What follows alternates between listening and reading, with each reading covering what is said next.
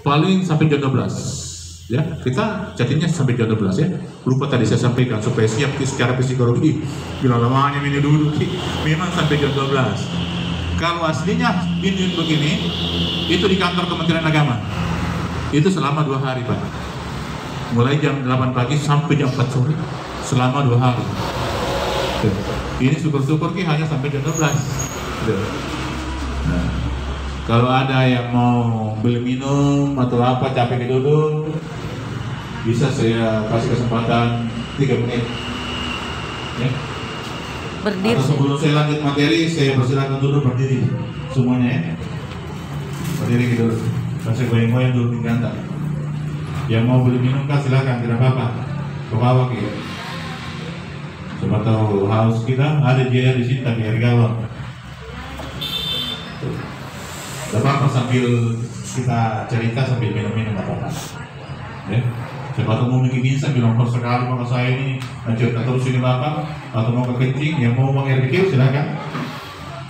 Silakan, ada toilet silakan. Ya, tidak ada masalah, tidak ada semuanya, sehat semuanya, tidak ada masalah. Oke. Oke baik ya. Karena saya sendiri momentum kali ini kayaknya materinya. Kita selesaikan saja dulu ya. Yang ketiga materinya adalah bagaimana manajemen ekonomi keluarga. Ekonomi keluarga. Itu. Ini penting. Manajemen ekonomi keluarga. Manajemen ekonomi keluarga ini saya selalu membagi 3 konsep. 3.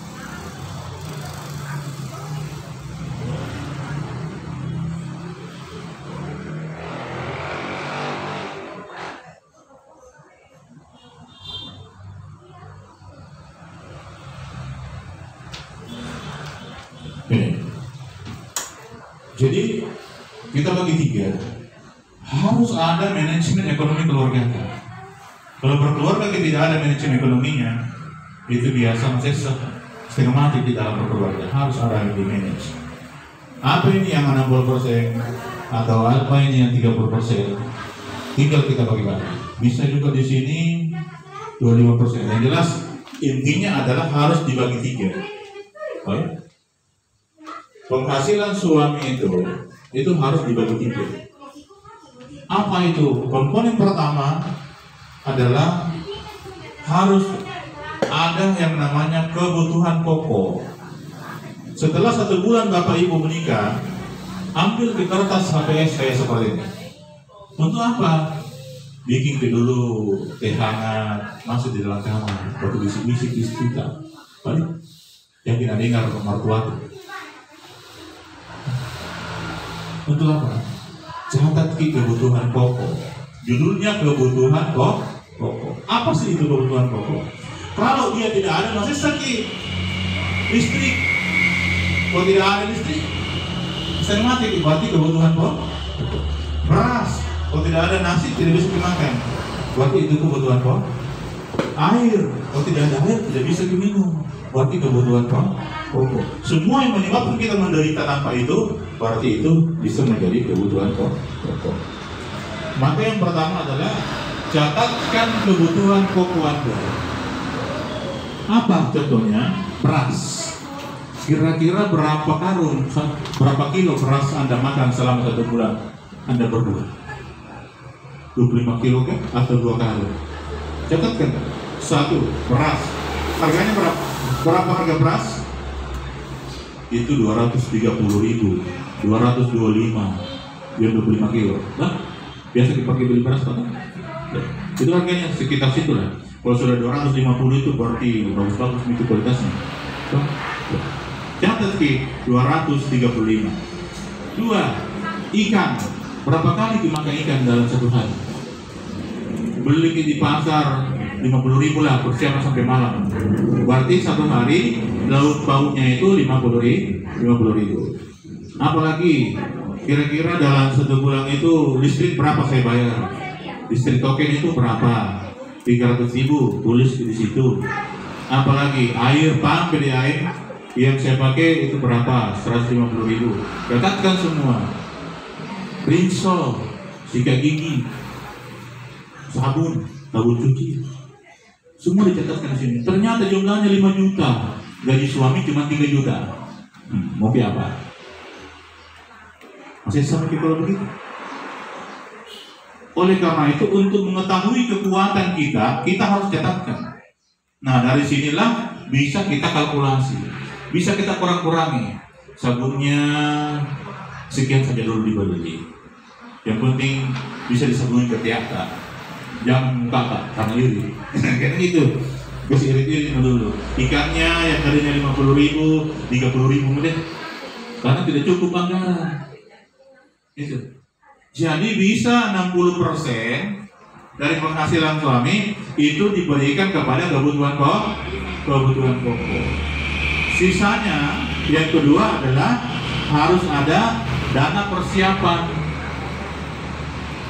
cadangan. Itu yang kedua. Cadangan itu apa? Masukkan anggarannya ke bank, tabu di situ, tapi bikinkan ATM, kartu ATM. Kenapa? Ini cadangan. Tiba-tiba ada pengantin sampai Ramadan, undang ke Pak, mungkin datang atau tidak? Ada yang hakikat, 5 undangan orang hakikat hari ini. Berapa diisikan itu sekarang undangan? Satu undangan begini Pak. Pada sedikit ini 50.000. Jadi kalau 5, 250.000 kali 1 bulan. Ini baru undangan Pak. Masih setengah baru undangan. Ini, ya, makanya harus ada cadangan, simpan dalam bank yang bisa diambil pakai ATM. Yang ketiga, harus ada tabungan. Tabungan ini jangan bikinkan ATM supaya tidak bisa keluar. Persiapan beli mobil, persiapan bikin rumah, persiapan naik umrah, persiapan haji, persiapan anak sekolah. Tidak usah bikin ATM, karena kapan bikin ATM habis keluar. Yang dibikin ATM itu hanya cadangan. Jadi ada 3 yang kita pilih. Pertama, untuk kebutuhan pokok. Yang kedua, uang cadangan. Yang ketiga, tabungan. Kalau Anda sudah punya ketiga-tiga ini, maka selamat ya, dari sisi ekonomi keluarga. Tapi kapan ketiga-tiganya tidak ada, hancur-hancuran. Biar 100 juta gaji 1 bulan, tidak akan ada kekuatan. Makanya dia harus di-manage ke dalam 3 hal. Kenapa 3 hal ini? Karena ini yang terjadi. Pertama, kebutuhan pokok, pasti beli ikan, pasti beli nasi, beli beras, itu sudah pasti. Kenapa cadangan? Karena pasti terpakai cadangan. Karena banyak hal-hal tiba-tiba rusak motor tak. Gimana kita ngambil uang cadangan bisa keluar dipakai? Pasti terpakai ini yang cadangan. Yang ketiga, tabungan, pasti terpakai. Kedepannya pasti dipakai. Jadi ini gen 3 dalam keluarga. Itu. Berapa besarnya ditabung dan berapa cadangan? Tinggal kita yang bagi. Pak, sedikit sekali juga gajinya seminggu 1 bulan. 1 juta jadi 500. Wajib dibagi 3. Kebutuhan pokok sekian persen, cadangan sekian persen, tabungan sekian persen. Pak, 500.000 juga gajinya seminggu 1 bulan. Tetap dibagi 3 Pak. Biar 5.000 kita masukkan ke cadangan, 5.000 tabungan. Yang jelas wajib dibagi 3. Bilang 100.000 juga gajinya seminggu 1 bulan, bagi 3 juga. 500 rupiah cadangan, 500 rupiah tabungan. Kan tidak cukup itu, naik haji kalau kurang 500. Artinya apa? Uang konji juga itu Pak. Itu uang juga Pak. Artinya apa? Sangat wajib untuk membagi 3 dalam hal kaitannya dengan ekonomi keluarga. Itu. Kalau mau aman. Tapi kalau tidak mau aman, ya tidak usah nih. Yang penting satu saja tabungan di situ nih. Kalau habis ambil lagi, itu nanti tidak akan ada tabungan. Habis pulang, habis itu juga uang. Padahal kedepannya butuh duit. Gitu. Masa muda seperti ini tempatnya menabung. Kalau sudah tua makin, ya tidak bisa makin menabung. Mau makin enjoy tapi tidak bisa kembali. Umur sekarang berapa Pak? 66. Bapak ini seharusnya sudah posisi santai, menikmati tabungannya. Gitu Pak. Nah, kapan baru sudah 66 tahun baru mau menabung? Masih sama gitu. Oh ya, makanya harus bangun kesadaran dari sekarang. Harus peka sekarang, tidak boleh nyantai-nyantai. Karena mau jadi istri. kita sudah mau jadi suami, jangan nyantai Pak. Harus mulai menganalisa, berpikir, ini ke depan saya mau jadi suami nih. Saya pernah dicatin kemarin, katanya harus dibagi 3. Benar kayak itu, pelajari lagi.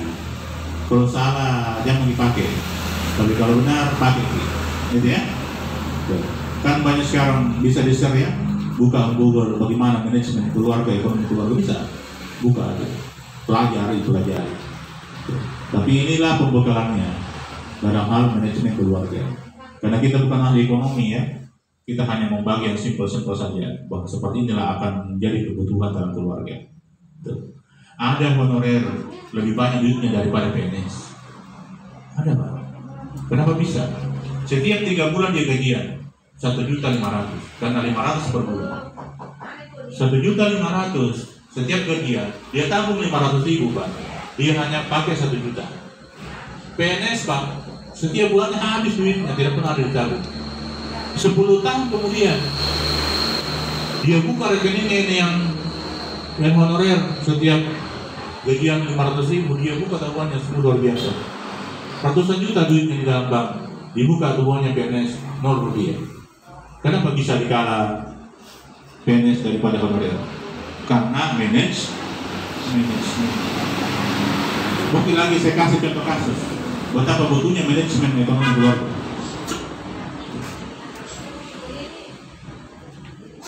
Saya pernah membantu satu kelompok. Ini pedagang pasar Senggol. Ini saya sendiri sebagai pelaku. Di pasar Senggol itu ada penjual cakar. Biasa kita cakar sepatu. Biasanya. Saya ngumpul-ngumpul, bincang-bincang dengan teman-teman para pedagang. Saya iseng-iseng bertanya, saya katakan, Pak, berapa lama mau menjual? Dibilang lama sekali nih Pak, ada yang 10 tahun lebih. Pertanyaan kedua saya, berapa minta tabungan tadi Pak? Bukan tidak ada Pak, bahkan saya ngutang sama Pak. Berarti ada sesuatu problem. Kenapa 10 tahun menjual, justru ngutang di bank, justru tidak ada hasil dari jualannya? Berarti ada sesuatu yang terjadi di sini. Maka besoknya saya bentuk grup, ada sekitar beberapa orang. Saya katakan begini, bikin grup, terus bentuk bendahara. Bendahara ini bertugas untuk menagih. Saya tanya, berapa itu biasa penghasilan satu malam? Dia bilang, Pak, biasa 1 juta, biasa 500.000, paling sedikit 100.000. Kalau 1 juta sepatu laku 100.000. Tapi itu biasa setiap malam seperti itu, paling sedikit 100.000. Oke, baik, saya sudah tahu kehebatan penjualannya. Terus saya tanya selanjutnya, bentuk kelompok ini tugasnya menagih setiap malam 10.000 rupiah saja, nggak usah 100.000, 10.000 rupiah Anda store sama bendahara. Makan tahan di situ. Dikali 1 bulan berapa Pak? 300.000. Kali 3 bulan berapa Pak? 900.000. Persis 900.000. Saya minta supaya dia buka ATM, dia buka bank, salah satu bank di Mare-Mare, dia bawa uangnya itu yang 900.000 sama bank. Dia tabung itu 900.000. Masing-masing nabung 900.000, dikasih masuk dalam bank. Besoknya saya kembali bertanya, berapa miwat di bank? Apa jawabannya Pak? 900.000. Berapa lama mungkin menjual itu? Baru 3 bulan Pak. Berapa satu malam? Yang Anda tabung hanya 10.000. Yang 10.000 mengalahkan yang 100.000, mengalahkan yang 1 juta, yang mengalahkan yang 10 tahun. Ini baru 3 bulan. Kenapa bisa kalah yang 10 tahun dengan penghasilan yang besar? Karena persoalan manajemen. Jadi bukan banyaknya penghasilannya Sunita Pak yang dilihat, tetapi bagaimana manajemen ekonomi. Itu yang paling penting Pak ya. Jangan bilang ya sedikit saya penghasilan suami itu, bukan itu yang dibutuhkan, tapi kecerdasan manajemen. Yang ketiga tadi itu kebutuhan pokok. Yang kedua apa tadi? Yang pertama Pak jelaskan dulu. Apa lagi? Yang kedua harus ada dalam ekonomi keluarga. cadangannya atau persiapannya. Yang ketiga, dulu ucapkan supaya ada reaksinya ke depan. Pertama, apa yang disiapkan?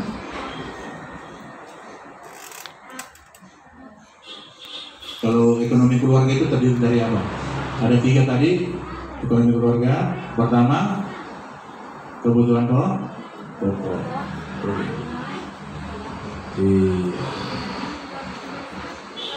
Ini Pak.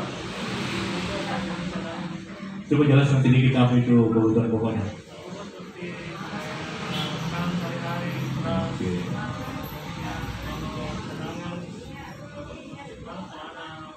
Dan tiba-tiba. Oke. Ya, kalau cadangan itu diapakan banyak? Dibikinkan, oke? Kalau tabungan dikunci. Karena kapan tidak dikunci lari, Pak? Itu uang itu kayak tong penjara. Kapan dibuka pintunya, dari semua itu orang di penjara. Itu seperti itu uang itu. Kalau dibiarkan lari, Pak. Lewat bakso, lewat NS, lewat lagi. Pokoknya kapan tidak dikunci, dia lari. Karena anak banyak yang pancing di luar. Jelaskan lagi sedikit sama yang dijelaskan tadi itu.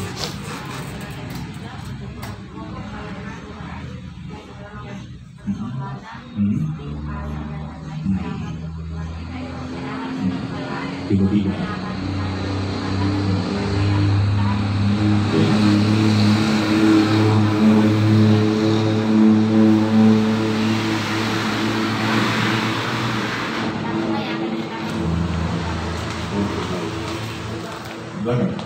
Coba jelaskan sedikit bagaimana nanti kalau ada di luar kamu diapakan, bagaimana modelnya? Kebutuhan pokok, seperti makanan, harus ada simpanan ya. Waktu bisa dikeluarkan, harus ada budget, jika dibutuhkan di bank, bisa ada tabungan. Kalau tabungan itu harus dibikin ATM ya? Gak perlu. Kenapa? Kan ada di cadang. Bilang bikin dulu ATM, jangan nih, tarik nanti. Belum. Oke, silakan yang belakang.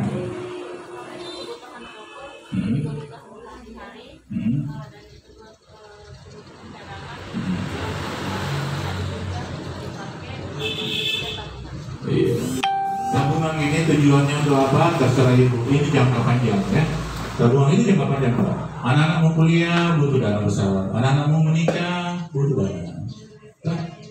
Anak-anak mau apa saja, mau beli mobil butuh dana. Mau bikin rumah butuh dana. Mau naik haji umrah butuh dana. Semuanya butuh dana. Itu dipakai untuk masa depan. Gitu. Harus ada masa depan Pak. Kita harus sudah rancang dari sekarang Pak. 1 bulan setelah menikah, rancang memang mati. Yang bertahun-tahun pilih baru sadar. Jangan, oke? Oke? Masih banyak materi